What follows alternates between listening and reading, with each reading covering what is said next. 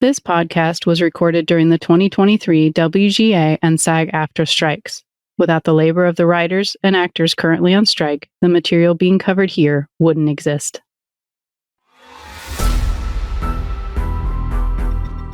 Welcome to the Artie's Attic Warehouse 13 Fancast, where a steampunk girl, a lifelong sci-fi fan, and a rocket scientist chat about the popular 2009 sci-fi series. There's never a dull moment with the agents dedicated to protect humankind from unexplained phenomena that manifest their powers in special objects. And there's all those friendships and relationships along the way.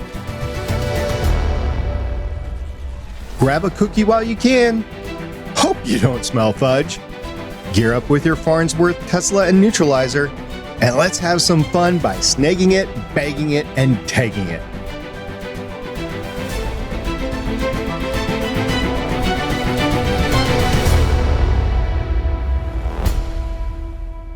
Welcome back to Artie's Attic Warehouse 13 Fancast. I'm the Warehouse 13 janitor. I'm SP.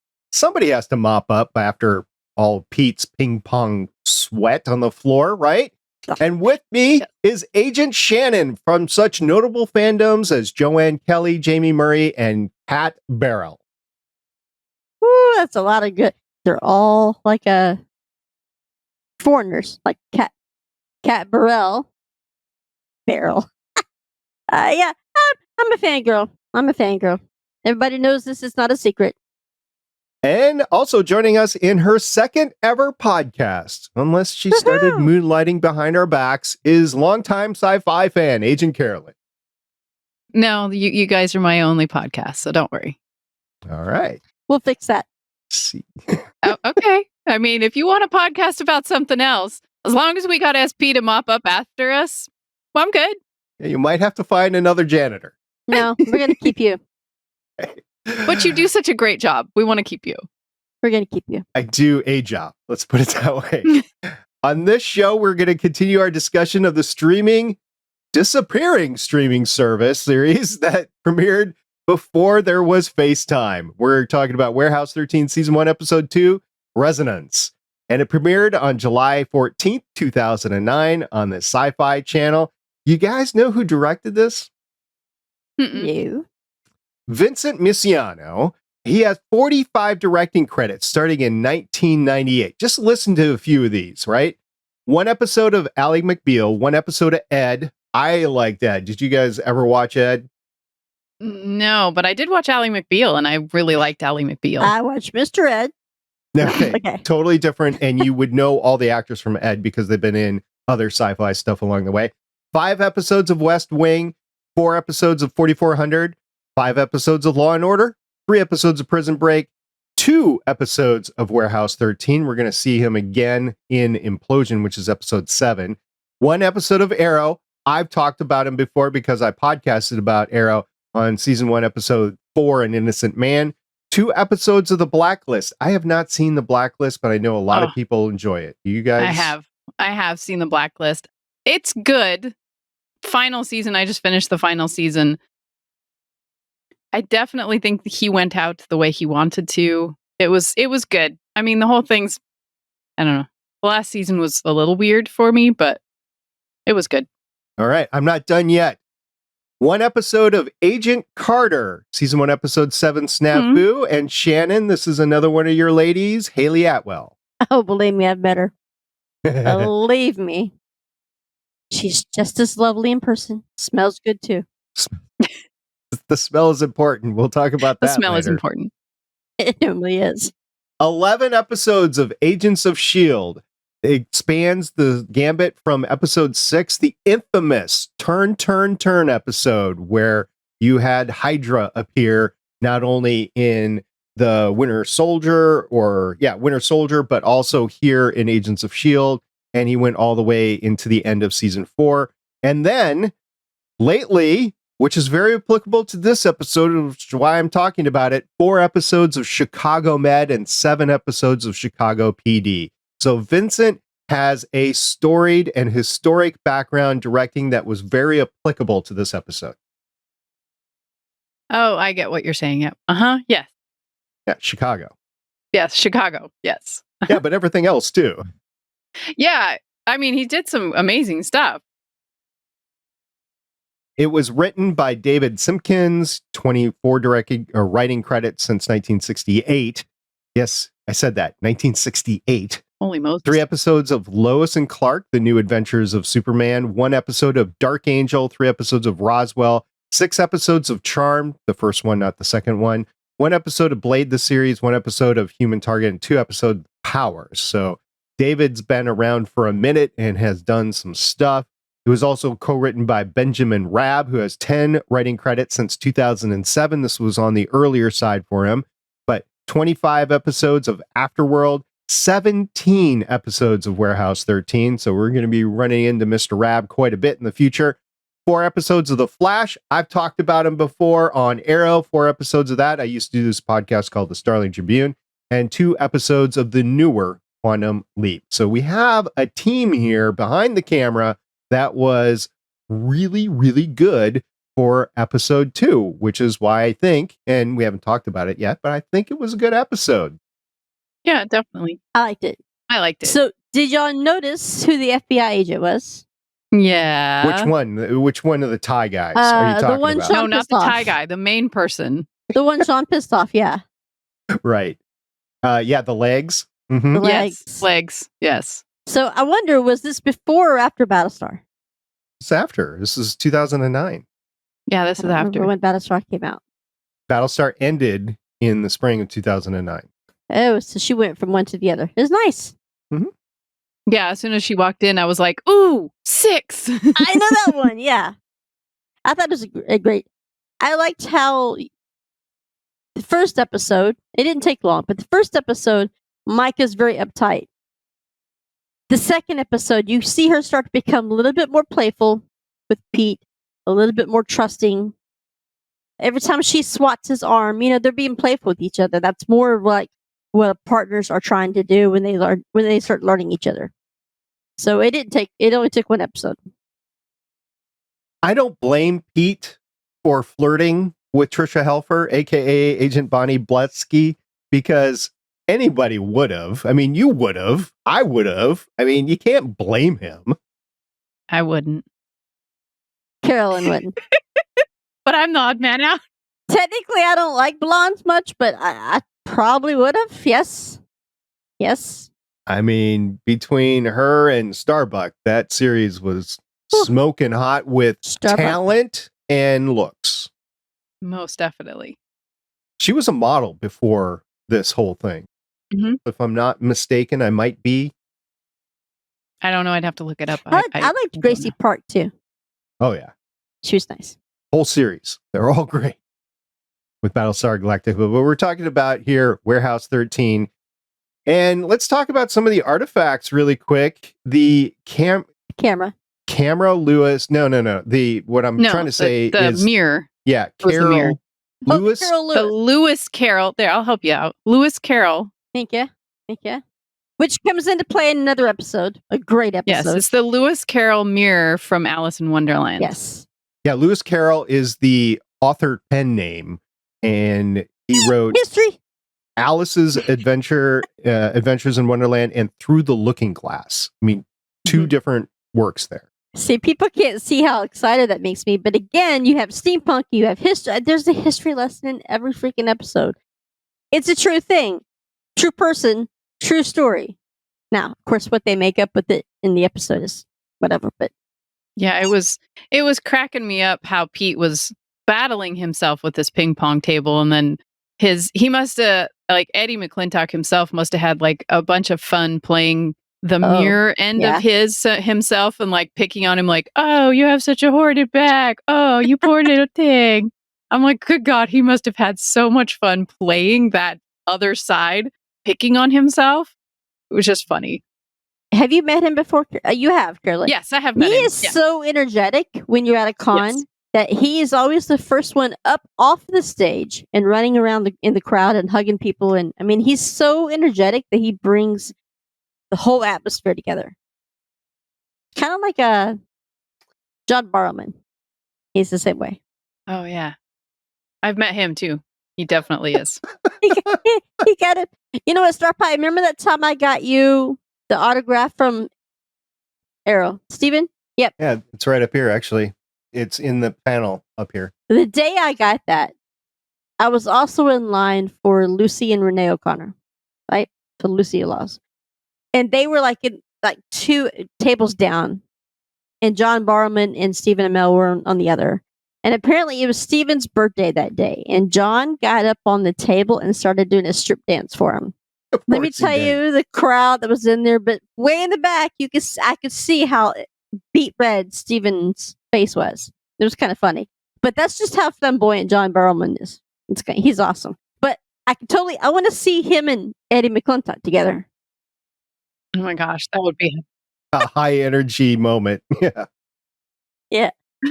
I have not met John, but I've been in the same room as John at a panel at a con. And yeah, he dude's high energy. And so high energy. It doesn't matter what panel, what con you're at. He's just so high energy. He's just one of those people that have energy. That's how Eddie is. Hate to be around him because he's got to have a down moment. He's not on all the time. So I would hate to be around him when he's down. Kind of a Robin Williams sort of thing there. But when he's on, he's on. Can you imagine the parties? I bet you the party people, him and Eddie together. That'd be fun. It would. It would be a ton of fun. And I think Eddie played with a lot of the cast and the guests that came on here. That's a wonderful thing about this show is you do get a lot of guests. You don't have like Star Trek, Strange New Worlds. You have a main core of cast and you get maybe 1 or 2 guest stars an episode. This is kind of the reverse. You have like 5 main cast and then you get a bunch of guest stars. Yeah, that come in. Like in this episode, we had, of course, Trisha Helfer. You had John Evans as Eric Marsden. You had the bank teller as Carly Street. If she looked familiar, she's been in a few things throughout the years. I was trying to figure out who she was because I'm like, God, her face is so familiar. I went back into her IMDb and she's got like 1 or 2 episodes of really good series here and there. She might be one of the people that like play a character for a little bit and then wants to move on to the next thing because she's really good on camera. I can't imagine somebody not wanting to have her around for a while. I tell you what's cool about having all the guest stars on Warehouse 13, and because we talked about this before, it's filmed in Toronto. But do you remember the days of Stargate, obviously, right? How there was so many people that would guest star on Stargate because that's where a lot of sci-fi was filmed at the time in Vancouver before it went to Toronto. But you're like, hey, I know the person, I've seen that face. And I mean, it's just like X-Files. You had X-Files was filmed in Vancouver also. So, I mean, you would see all these faces and they were all the community of like sci-fi people that would rotate. So there's a lot of people on Warehouse 13 that you're going to see throughout the season series. They were definitely taking advantage of the cast on hand. And Syfy might have just offered it to different people and say, hey, we got the series. Are you interested in doing it as a cameo? To bridge your work into something else as you're looking for something else. Because I think Trisha Helfer was on a couple of actual series after Battlestar Galactica. I don't remember what they are off the top of my head. But she was like a detective, I believe, on one of the series. I think she was in Lucifer, wasn't she?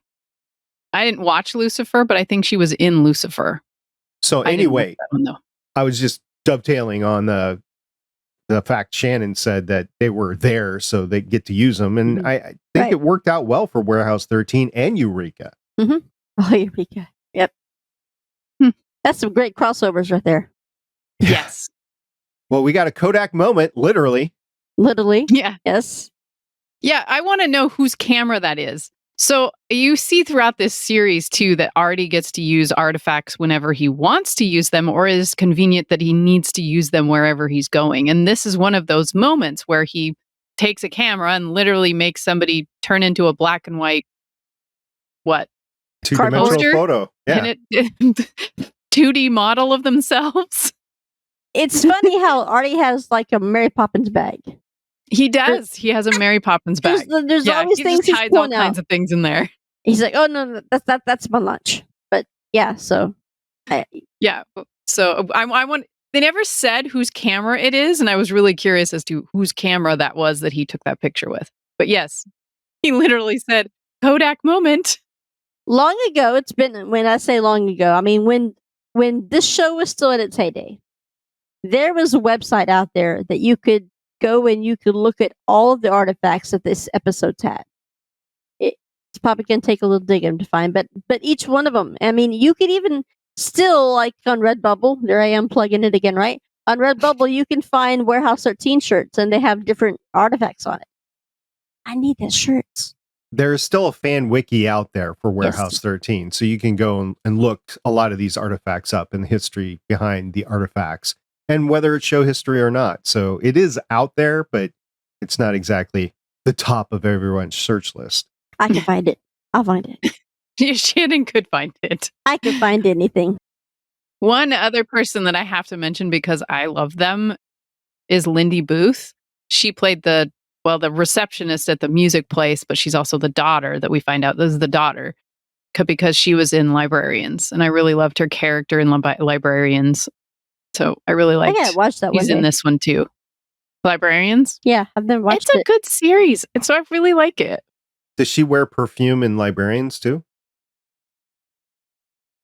I don't remember, Okay. but that's funny. Librarians came in after Warehouse 13, right?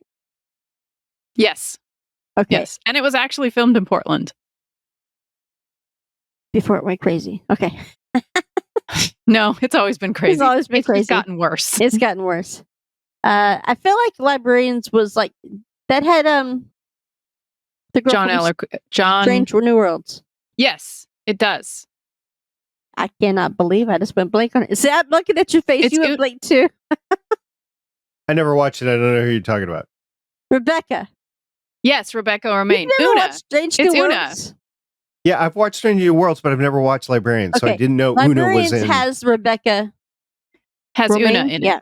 All Una. right, well, that's a must watch now.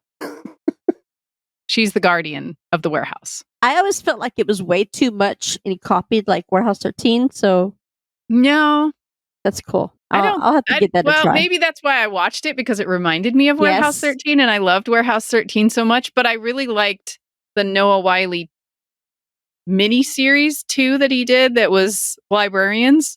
So once there was like a show, I was like, ooh, I'm watching this. Plus I also I think his name is Christian Kane. He and Dean Devlin work a lot with a lot of other things like How do I know that name? Dean Devlin. Christian Kane. Have you watched Leverage? Or I've actually been watching Leverage and it's actually pretty good. So name recognition not there for Shannon, but face recognition there for Shannon. Yes. Look, it's my line of work. I know names, but I just can't remember who they are. So you But need you to showed me a face. have cardboard cutouts of all these people so you can. Yes. Kodak moment. And I can do it. That definitely a Kodak moment. So moving on with the artifacts, we also didn't see on screen, but we got a mention with the Mary Queen of Scots croquet mallet Yes. made from a petrified narwhal whale's horn. That was so funny. Tell me something I don't know. Up until like a couple years ago, I didn't even know those things are real. Michaela's like, "Yes, Mom, they're real." I'm like, "What? That's really an animal?" A narwhal? Yeah. It's a whale that's got a really long tooth. They used to call it a unicorn. That's one of the unicorns. There's so many jokes. That's okay. Never mind. Whale geek. If Whale geek. Kayla told you that Bigfoot and the Loch Ness Monster were real, would you believe her then? No, it took many pictures of me searching it on my own. I see. I don't believe her. She's 13. She's motivated by food. No. Uh-huh. And then, of course, we have a brand new artifact. It's Eric Marsden's music, the key to the human heart. That was actually a really pretty tune. I liked the tune that it was. It was when you heard it. So I really liked the music. I like how Micah figured it all out. Well, of course she figured it all out. Of course she She's did. Micah. It's Micah. Although it was Pete that figured out the person because she smelled Perfume. the way the other Perfume. lady smelled. Oh my gosh. The one-liners and the puns and everything in this episode, I was laughing so hard. You know, just the little things that were like when the FBI lady gets spanked and told to share and then And then Pete's like, let's strike while the butt is hot. How can they do that little slap? Yep. See, that's what I'm saying. You start seeing the camaraderie that Pete and Mike are starting to develop. The playfulness. And you're starting to see how they start to trust each other, because even when he's sitting in the car with the FBI agent and she's trying to give dirt on Micah, he still's like, yeah, whatever. Everyone has their bad days. Scuttlebutt. Yeah, everyone has their bad days. I got to trust her because I got to go. I like the relationship they have. You touched your boobies. Huh? Yes. You touched your boobies. That was a nice one. I can tell you, I'm going to tell you this now, and I'll tell you again later when we get to it. For all my Warehouse 13 people out there, because we had a lot of traffic on my Syfy girl. I hated last season. We're going to get there because they changed the dynamic of Pete and Micah from best friends to lovers, and I'm like, poo-poo on you. I'm just saying it now, and I'll say it again later because what the heck? That was not how they're supposed to be. So we'll come back to that. All right. We got many, many months before we get there. All right. I created a new category for this. We were talking about, and you kind of mentioned it already, the tools that he gets to use that might not necessarily be artifacts. He used a cipher. I don't think that cipher is an artifact. That was so cool. It was like a It's steampunk. Steampunk cipher. Yes. I took a note on that too because I was like, ooh, a steampunk cipher. That's cool. So do either one of you know yet what? If you watched it, do you remember who's coming? Who's Yes. Yeah. So I'm telling you want to talk about one-liners? That woman has them. She does. Oh my gosh. Yes. I can't wait for all of those. And she has the best memes are out there from her character.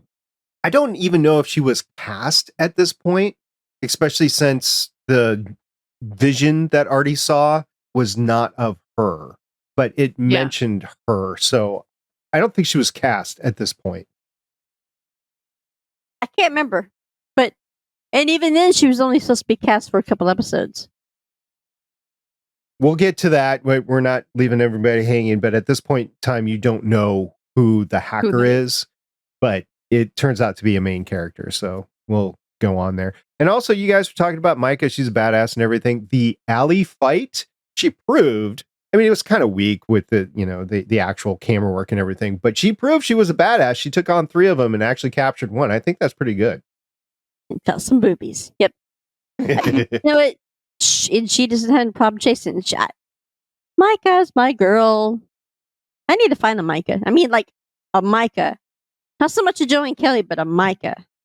That's what I want. Elon Musk is working on that right now. I don't know what you're talking about, but I'll take it. When he gets it done, I'll take it. Okay, no. What the hell are you talking about? An AI replacement, Android AI. You can recreate people that way, especially if it's a character on a show, not the real person. What can they do for you? Well, I think that's something Sean could talk about on one of his other podcasts. No. I don't want that kind of conversation. I just want to know what a Micah AI could do for me, because then it might be worth investing in. I think anything you want the entity to do. Uh-huh. Oh, well. Anything. Wow. See, now you're like, okay, Sean's not got it so bad. I think this is really... Yeah, I don't need Sean. I need Micah. I think we've established this, right? You guys can buy 2. I mean, it's whatever you need, right? Yeah, he could have his Leah Thompson. Leah Thompson. Yeah, that was that. Yeah, that's his. Or Layla Multipass. What are the other? Yes, it's Multipass. Lilu. It's Lilu Multipass. Lilu Multipass. From the 5th Multipass. That's crazy. That's so much no. It must have been an anniversary of that coming out, like premiering or something, because I saw, like, in the span of 2 days, so many memes online of that just recently in the past week or so. So, Lilu Multipass. Anyway, so Carolyn's mom has a very important job on this podcast. Ew. Yeah. She's supplying you with cookies? No, but we are counting the cookies. However, in this episode, there were no cookies. I counted no cookies. Actually, I didn't count them eating much at all. There was one scene where Micah was eating a salad, kind of. She had it in front of her. Yeah, she had it in front of her, but she was having discussions with her sister, I think, about her dad. We find out more about her family life in this episode, and it comes back around at the end. How she really isn't like her dad. Yeah. Yeah. Although I'd never seen that movie, so it kind of was lost on me. I didn't know the reference, but from her facial expressions, I figured out it was not a good thing. Her relationship with her dad. But yeah, there was no cookies. No cookies were eaten in this episode, so it was very sad. But Pete got to play with his ball. He did. Yeah, that was another pun that was very funny when he came out to catch the football and Micah was outside and she gets beamed by the football and she says, "Man, what is it with men and their balls?" That's funny. That's funny. It's because even though he's playing with it, he doesn't even know that it opened yet. He doesn't know that football is an actual artifact. I think at this point he does, because it beeped for his alarm beeped for a reason, because he knew he had to go back out and throw it again. I think he's just timed when it comes back on its throw after he's thrown it. I don't know as he necessarily knows it's an artifact as much as it takes a long time to get back to him. So he has a timer on his watch when he has to go back out and throw the thing. Yeah, because they don't show you opening it until like the 4th or 5th season. It's later. I don't remember. Yeah. I just thought it was this neat thing he was playing with the whole time. And I didn't make the connection. Yeah. They made the connection in this episode because Artie was actually dealing with the sensing data from it on the computer. They was like, Chicago, what's going on with Chicago? And then it's kind of funny with Dickinson, Micah, and Pete's old boss, and then Artie, and they're like mashing heads like, well, that was funny. You can't go into my warehouse 13. And Dickinson's like, well, the Secret Service, buddy. You're not getting along with with my computer. But the two actually work together. Yeah, I like Dickinson. You're going to put all that back together, right?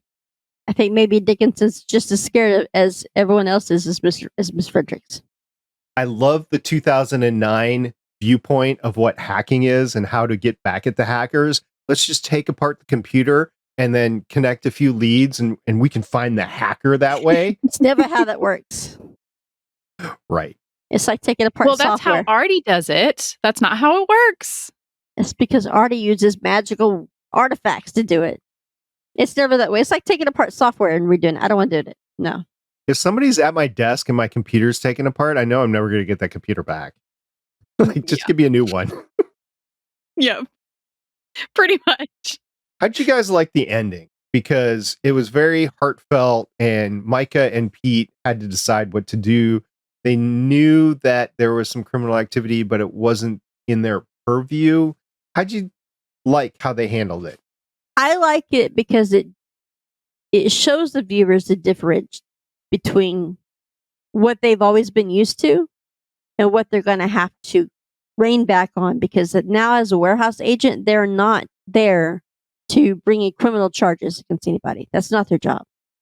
So I think that allows them to have more emotion on particular subjects or incidents at the time. They're not there to arrest. They can call, but they didn't even call the FBI. They didn't even tell them that they had caught it, because then they'd have to explain to everyone what they're there for and what they're happy to collect. Yeah, I agree. I liked how it gave you a more depth to the characters as well, as far as Pete and Micah, to give you more of this really isn't our purview, and all she really wanted was her dad back. And, if the FBI find him eventually, at least between the time of then and now, she'll have more time with her dad back that she really wanted anyway. And, her dad doesn't have that much time left. So I think I liked how they did that so that there was that time that she could have, because the FBI will probably find him eventually, but it's not their job to say, who's the person that stole stuff. They just were there for the record to snag it, bag it, and tag it. So I liked how they did that, and then they had the ending of her calling and talking to her dad to try to reconcile. It was that moment that she ran back out to the car and called her dad. Yeah. So I like those depth moments that they give characters at that point in time, because you really get that heartfelt moment in that moment. Oh, speaking of her dad, in the next episode or whenever when we see him, going back to talking about guest stars, he also was from Battlestar Galactica. Yeah. The guy with Patch. But did you know that in real life, the people that played Micah's parents in real life, they are the San Marino's parents? I did not. No, I did not.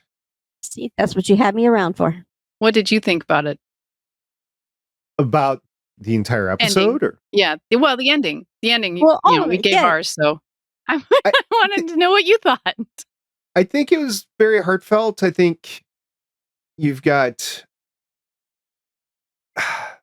See, the thing is that they're both law officers, and they know that the bank robbery was bad. And there's this whole mindset out there of, if you do no harm to anybody else and it's just this major corporation, you can go ahead and steal. In essence, you're stealing from people when you do that. So I don't particularly care for that mindset. But they were fighting against a system at a time where there was a great recession. If you guys don't remember, in 2008, there was a big recession. Yeah. Matter of fact, it was almost another depression. So yes, there was this mindset with the writers at that time, so I can kind of see where they were coming from, so to speak. And they didn't have any guns with them. All they had was this artifact and this coat with speakers in it, right? So, okay. But This is kind of cool. But you do harm people when you get to that, because you're harming the bank, and then they have to carry more insurance, so your fees in the bank go up. I mean, people don't think about the long-term things of this. That I didn't like. It's just the suspending of disbelief, basically. That What do you think they did with the money? Well, they bought his stuff. Yeah, they bought all his. They're buying off his. Okay, that's what I thought. To bring Eric out of his depression back, so his daughter can spend some months with him at the end. So yeah, that was pretty cool. All in all, I like the episode. What was your favorite part? Again, I like how you're starting to see Micah and Pete form not only a friendship, but a partnership that they can trust each other with.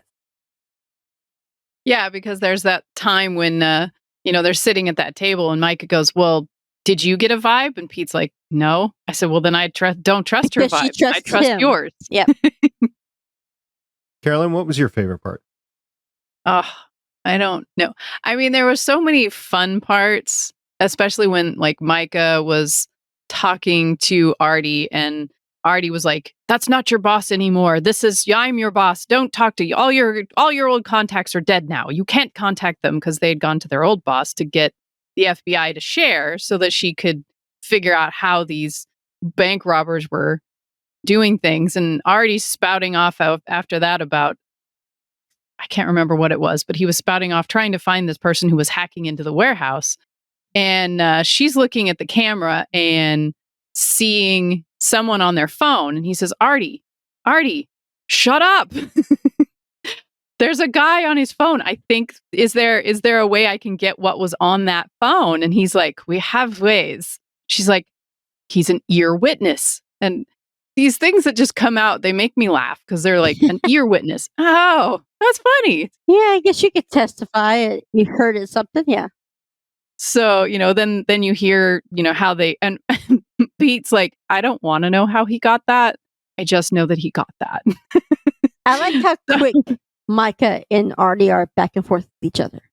Like Pete is always like left in the dust because he's never read the manual, and it's like over and over again. Micah has read the manual because that's the kind of personality she is, but he doesn't read it. He doesn't care to. He allows them to do everything for him, but he's like, what's going on? I'm lost. But I like how Micah and Artie can just feed off each other, and they keep going faster. Even though she's not really aware of who he is, and that comes in a later episode where she doesn't really trust him yet, but they'll get there on that one too. But I like how she's like, will you shut up? Do I have your attention now? Because I'm trying to do my job too. I also like in the beginning where, what's the gal that does the B&B? What's her name? Lena, thank you. Lena comes in and, he's smacking the monitors around because they're not working right. And she's like, does corporal punishment work for monitors as well? Electronics? I'm thinking. And then she's like, how are you sleeping, Artie? He's like, I'm not. She's like, yeah, I can tell. Your aura looks like hell. He's like, well, then stop looking. So my question to that is, what kind of corporal punishment has Lena been talking about or been doing? Or been smacking artifacts around? I don't know. I mean, we find out later that Lena's got a very dark side to her. Yes. But we don't find that out for a while, and you never would have guessed it. Like that really, when that happened, that totally surprised me. I was like, wait, Lena? No way. I mean, you figure out why, but I was, that caught me by surprise. She when that released happened. my girl. But I didn't say nothing. Okay. Whenever you get Artie out of the warehouse, he is so awkward. He's just, and I don't know if it's probably a combination. Not a people person. Of that, and then the fact that he's secluded into the warehouse because he's got this immense job trying to take care of all this to make sure that the world doesn't end. And the combination of the two just aren't great for him. He's a very dedicated person. He's very dedicated to what he's doing and to the protection of everything and to make sure all these artifacts are found, cataloged, and then put in the warehouse. But he needs a little bit more people interaction, I think, in his life. I tell you, meeting Saul, when you see him in person, he's talking about all the dialogue that he has to not only learn, but his character speaks fast all the time. And I remember him saying at a con one time about how that was the hardest thing because they kept telling him to speed it up, because he has to act like he's on the go so much, like he's constantly, I know what you're talking about. And that was a struggle for him to learn how to speed up his process of talking all the time. I think as he has more interaction with everybody, Pete, Micah, and later on, he gets a little better at peopling. But he's really not good at peopling in the beginning. So when he goes out, it's kind of like, oh, Artie, you need more time. Yeah. We learn later that he really wasn't supposed to be the leader of the warehouse. He was just like the last man standing, so to speak. So he's the reluctant leader of, well, you have the most experience, so There you go. Well, it's because all the other agents he worked with have died or gone crazy, which is one of the taglines that they always talk about. You're either that's how you're going to go. You're either going to die or you're going to go crazy. Or your time will stop. Yeah, that's a fear later on that Micah has. But so reluctantly, he had to step in because Mrs. Frederick needed somebody, which, she's kind of the last one standing too. Kind of. I do enjoy the way that Pete is integrating himself into the situation because he's using the artifacts to work out. He's throwing the football, just leaning into, okay, well, this is a thing. I'm going to do this thing sort of thing. So he's just running with it and he's not getting any negative vibes basically. And maybe his intuition is telling him to embrace it.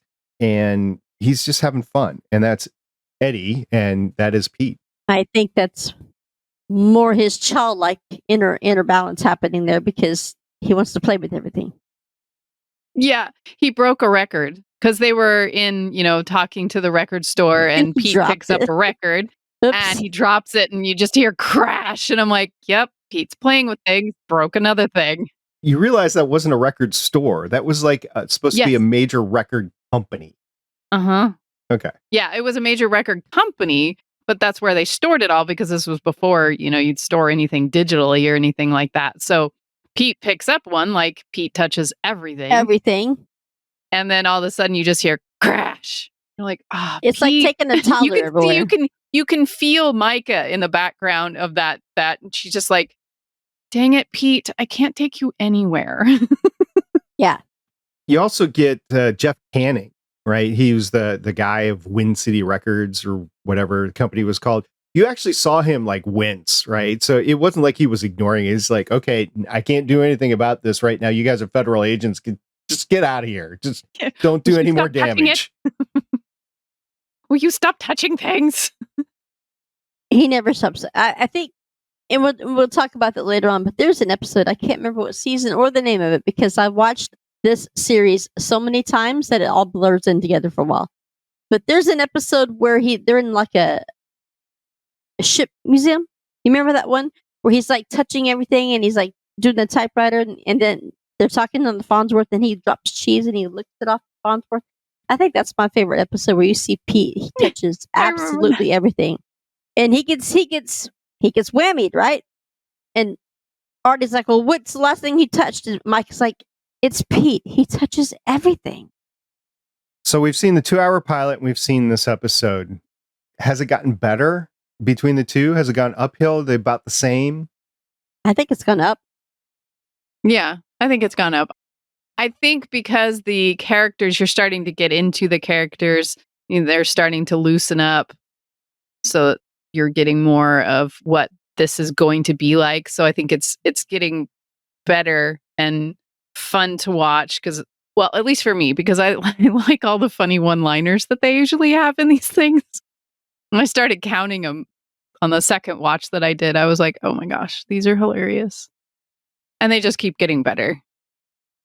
Again, going back to the dynamic between the relationship, she's no longer like a stick in the mud at the moment. So she's actually someone that he can enjoy talking with.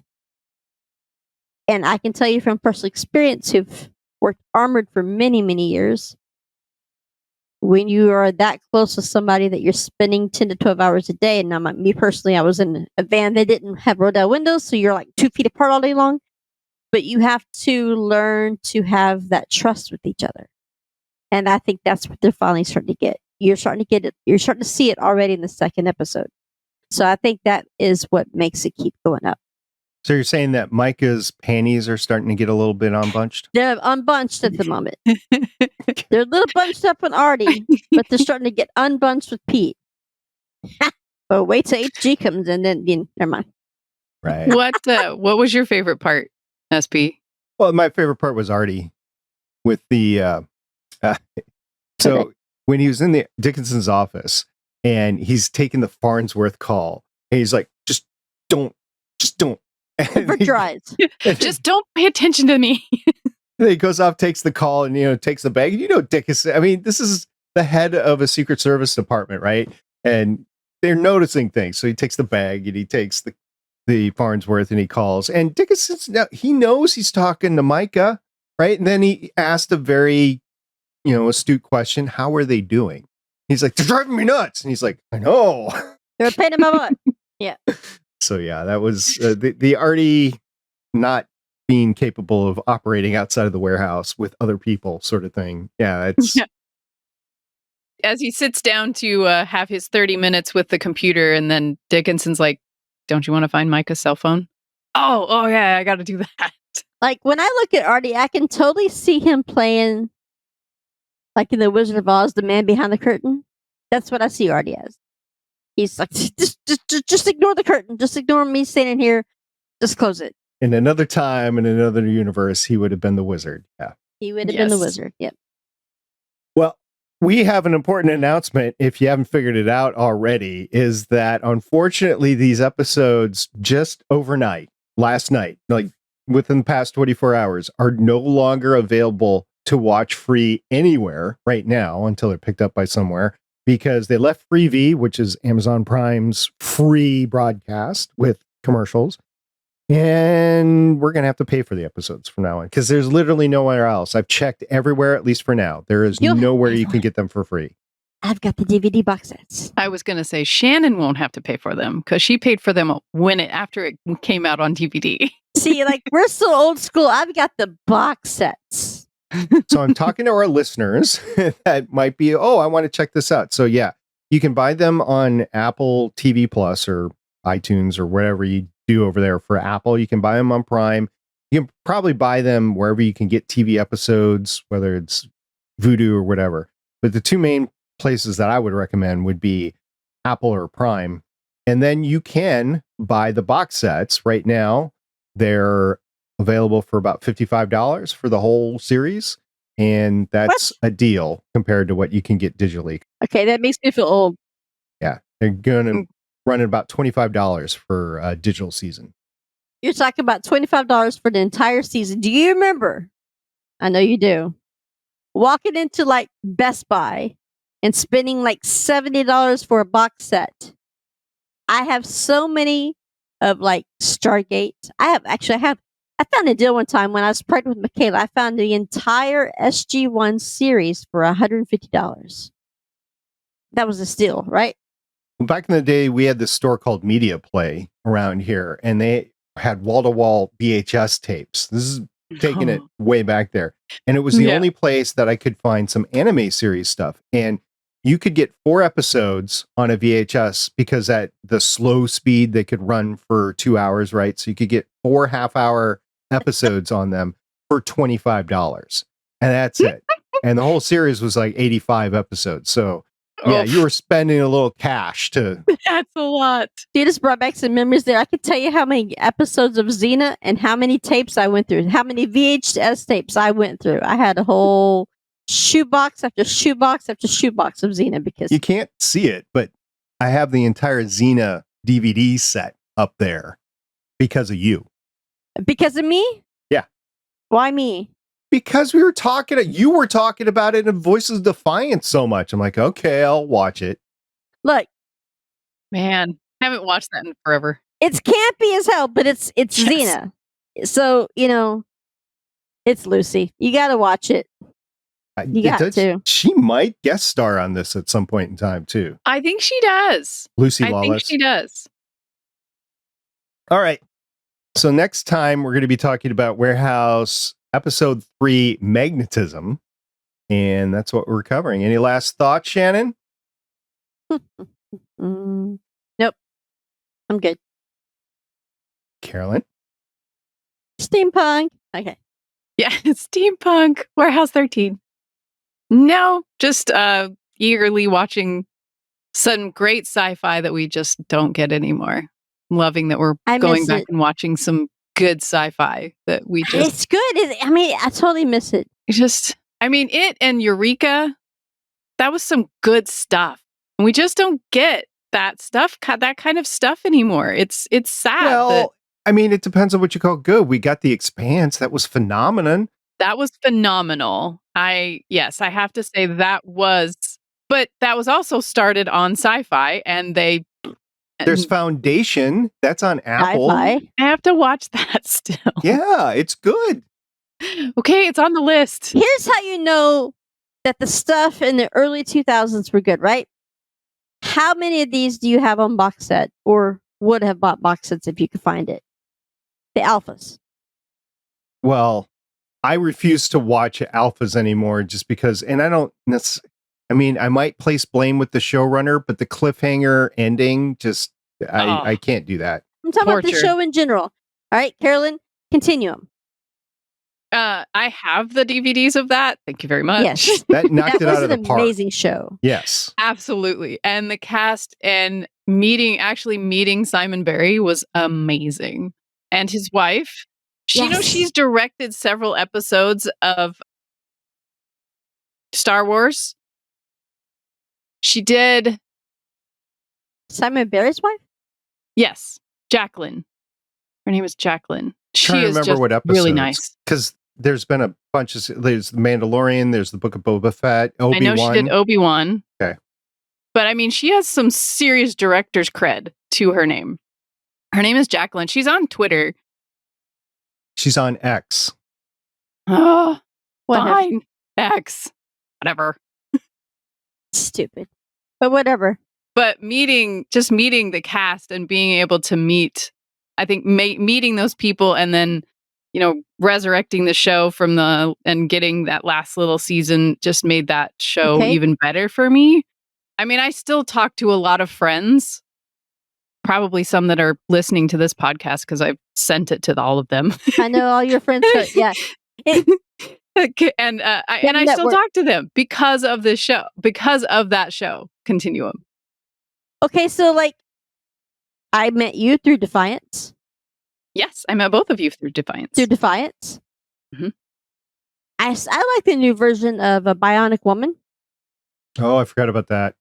I thought that was cool, which also still has Katie Sackhoff in it.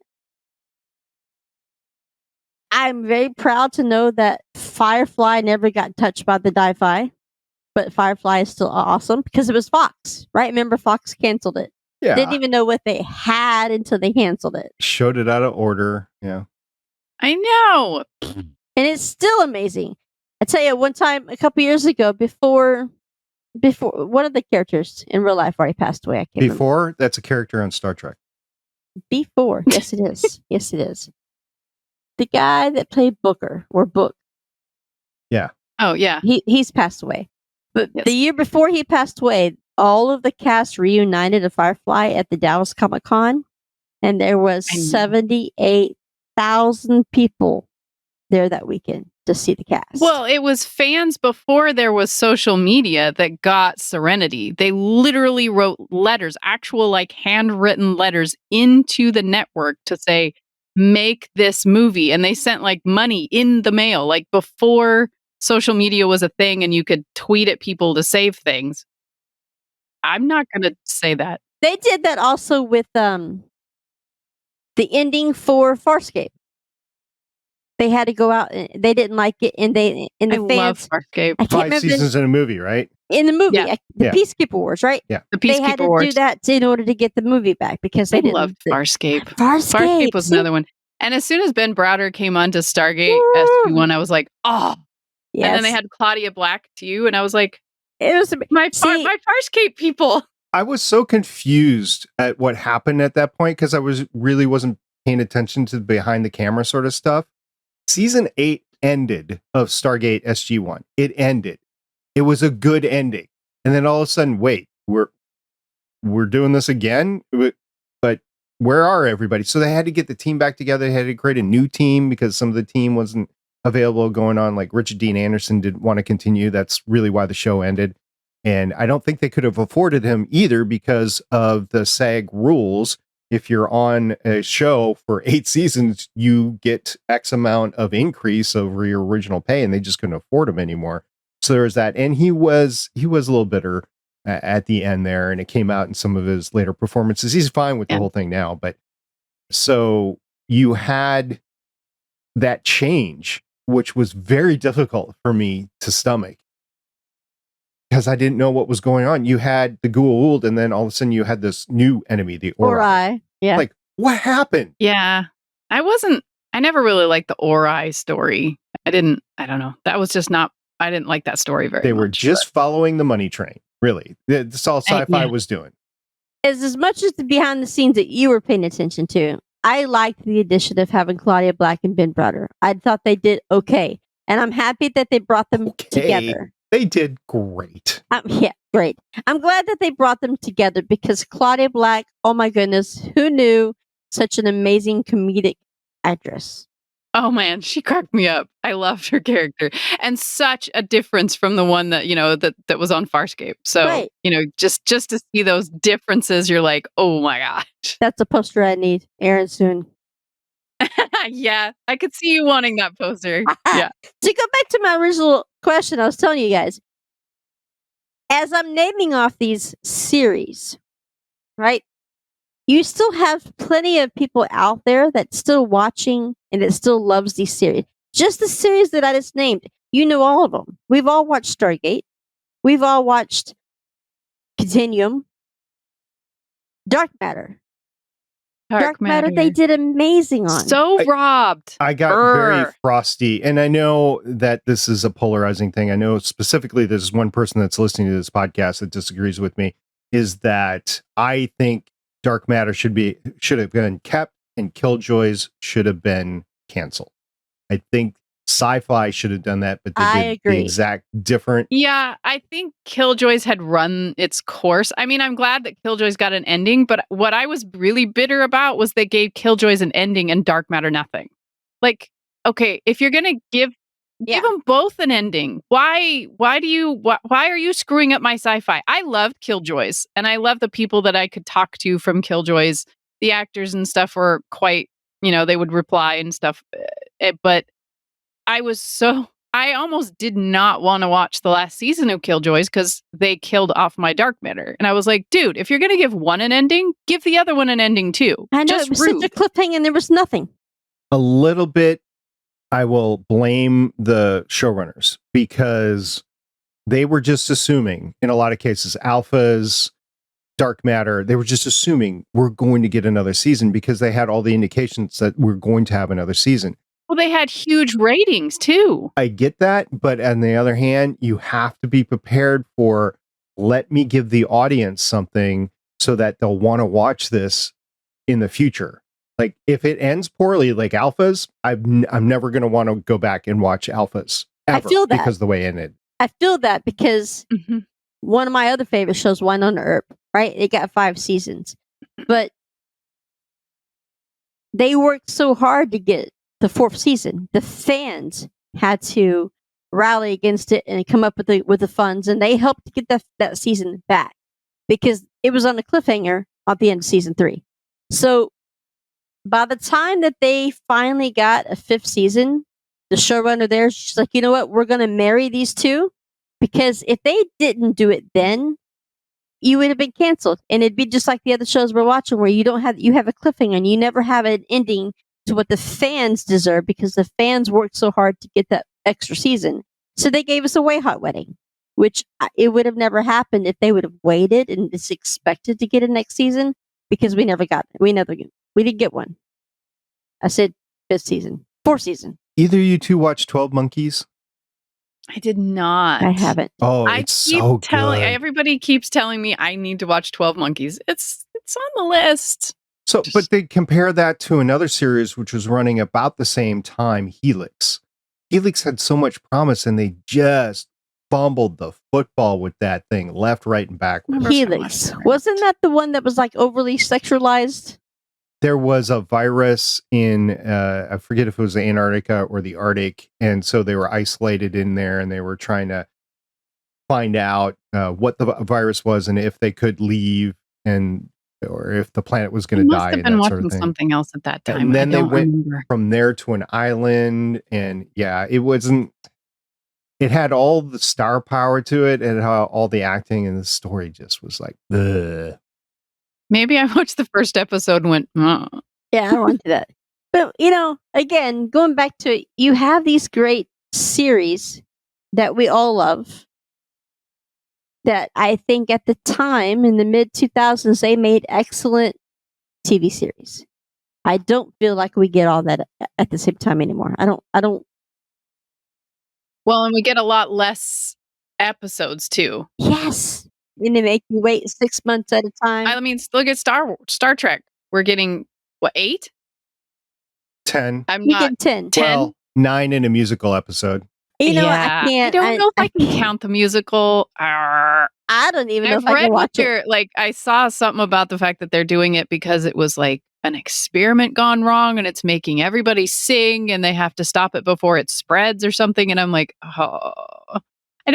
I'm going to watch it with an open mind because it's Star Trek. I'll probably watch it with my eyes closed. That's the way you can hear the music better, right? Did you guys hear La'an, the gal that plays La'an? Yeah. The single that she did, 2 Hearts, after the Tomorrow, that single, did you hear her music? No. She's an amazing singer. She's got a beautiful voice. I follow her on Instagram. I'll have to go look for that. Yeah, if you... hold on, I think I have it. I'll tell you what it's called.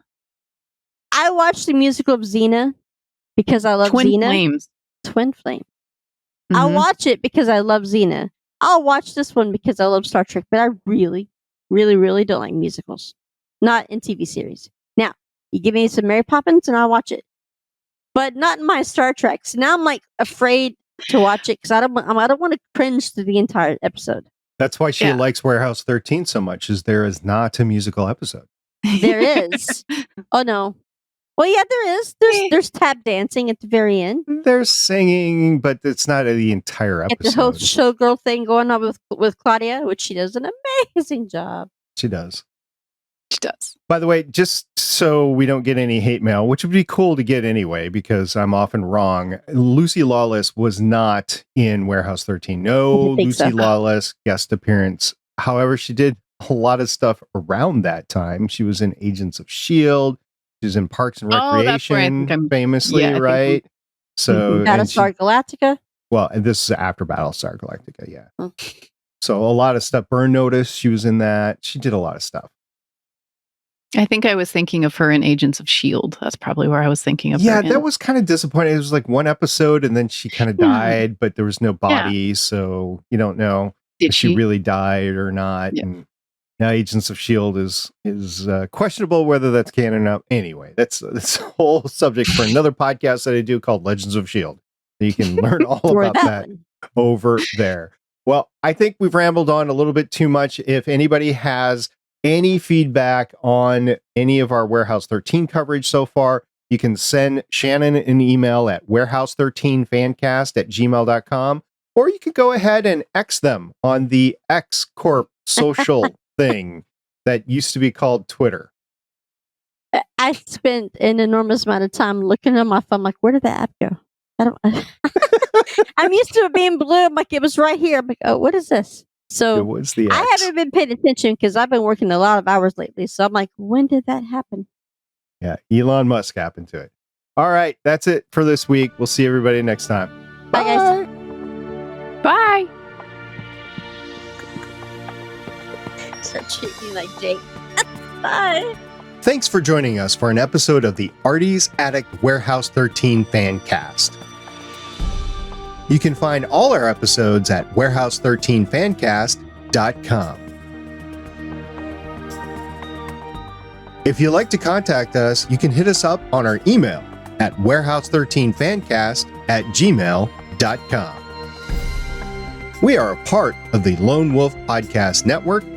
You can hear more of this cast and other shows like it by checking out lonewolfpodcasts.com. The intro music is Syfy Hybrid Intro by Soundmake, and the outro music is Science Fiction by Tunes to Go. Both were purchased on pond5.com.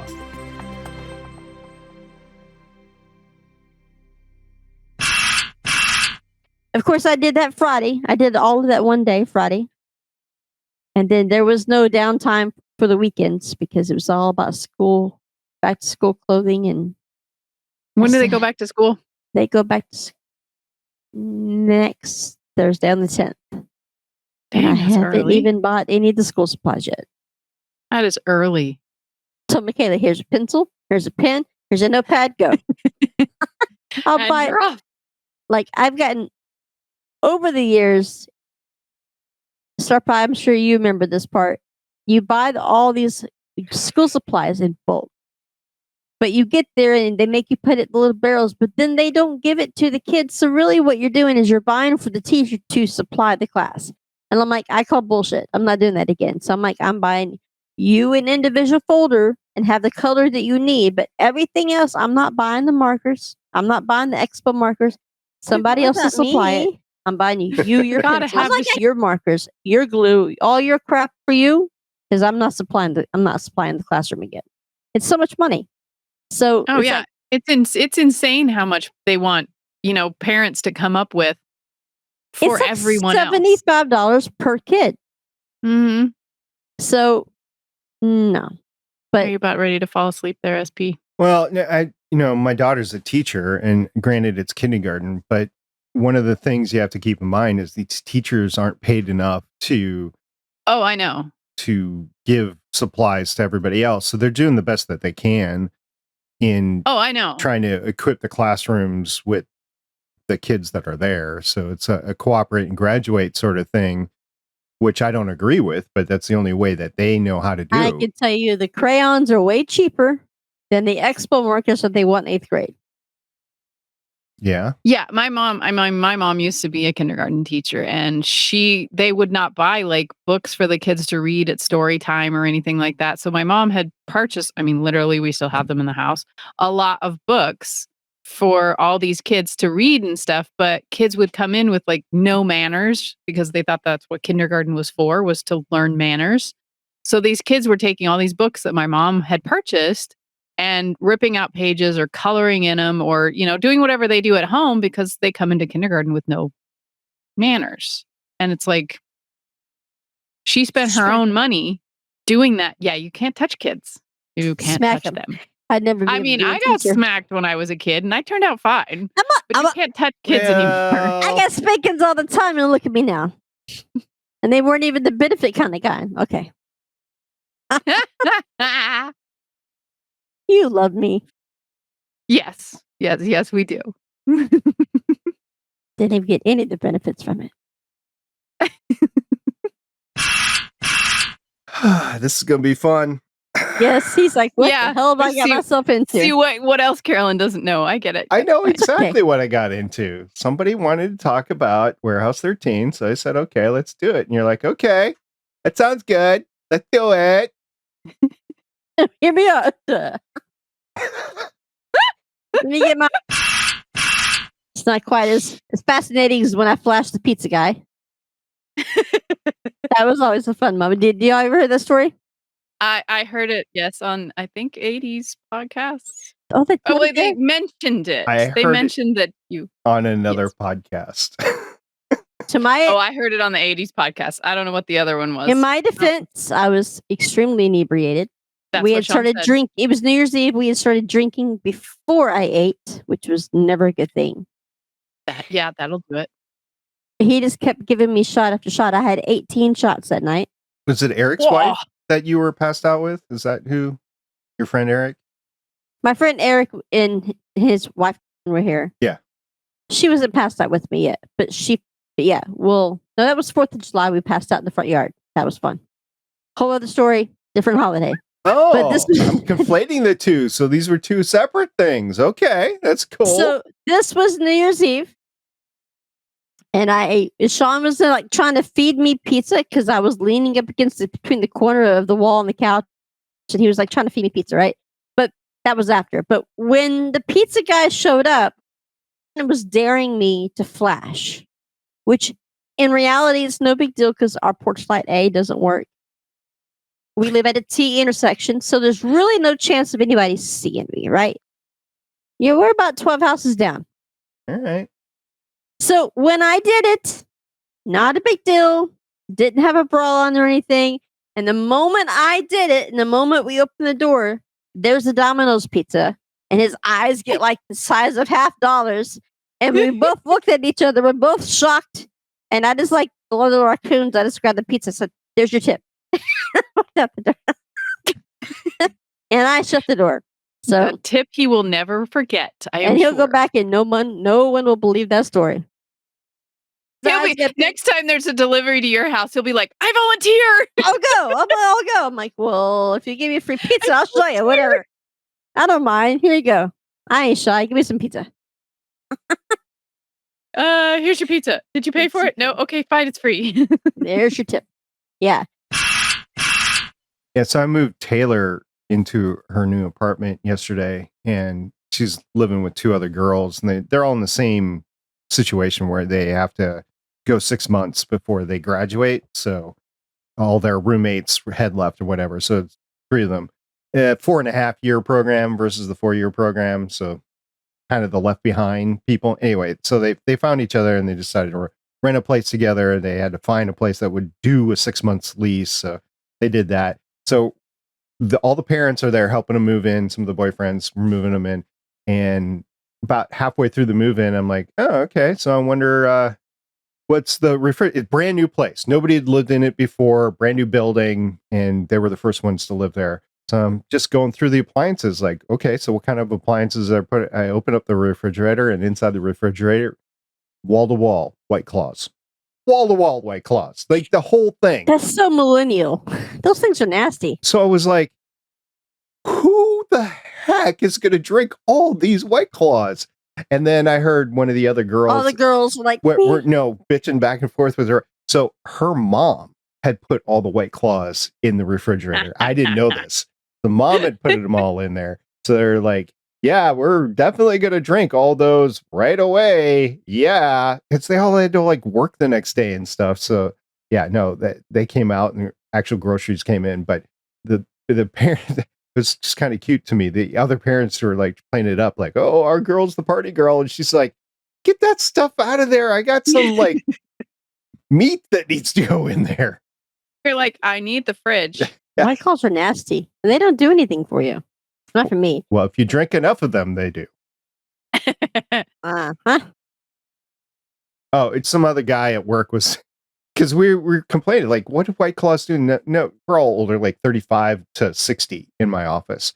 And we're all like not getting the whole White Claw thing. Well, one of my coworkers, the guy that actually works for me, he was complaining about having all these White Claws. Well, what am I supposed to do? And we're like, well, just drink them. Like his wife had bought them for a party or something. So he's like, yeah. So after the fourth one, they're not so bad. And after the sixth one, you feel kind of You good. can't taste it at all. Yeah. Yeah, you gross. Then you're like, have some. Yeah. Here, this stinks. Smell it. Man, this really is gross. Here, look.